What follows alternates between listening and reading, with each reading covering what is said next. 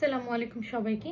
আমি খাদিজা আফরিন প্রমা। এবারের মেডিকেল ও ডেন্টাল ভর্তি পরীক্ষায় সেকেন্ড টাইমার হিসেবে 254তম স্থান অধিকার করে স্যার সলিমুল্লাহ মেডিকেল কলেজে চান্স পেয়েছি। আজকে আমি তোমাদের সাথে শেয়ার করব কি কি কারণে প্রথমবার আমার চান্সগুলো মিস হয়।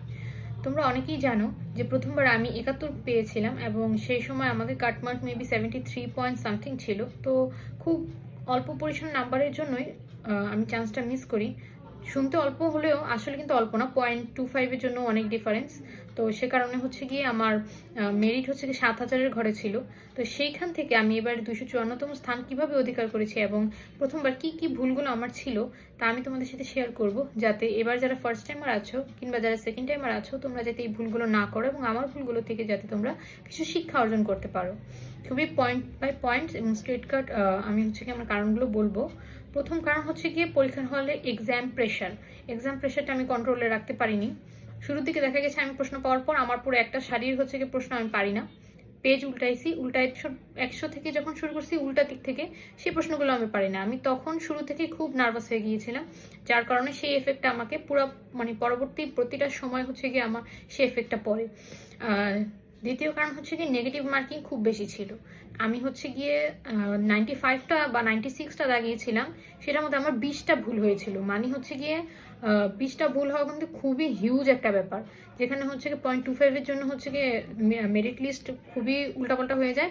সেখানে আমি হচ্ছে গিয়ে 20টা ভুল করেছিলাম, আমার নেগেটিভ মার্কিং 5 হয়েছিল। তো এই কারণে হচ্ছে গিয়ে আমার চান্স মিস যায়।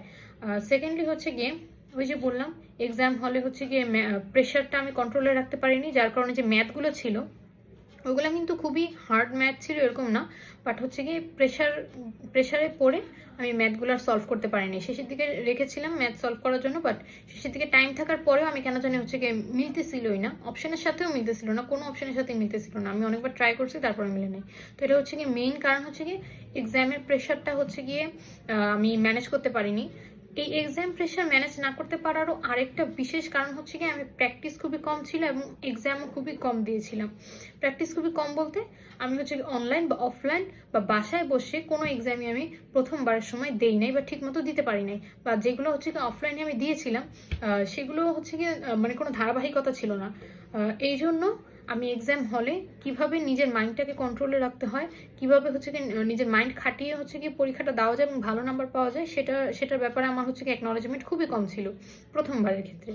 এরপর আসি লাস্টের দিকে আমি হচ্ছে কি পড়া ঠিকমতো রিভিশন দিতে পারিনি। ওই যে বলে না যে শেষের একটা সপ্তাহ খুবই ক্রুশিয়াল একটা টাইম, ওই টাইমটার মধ্যে আমি নার্ভাস হয়ে গিয়েছিলাম প্রচুর এবং হচ্ছে গিয়ে খুবই আন্ডার কনফিডেন্ট হয়ে গিয়েছিলাম যে আমার এবার মনে হয়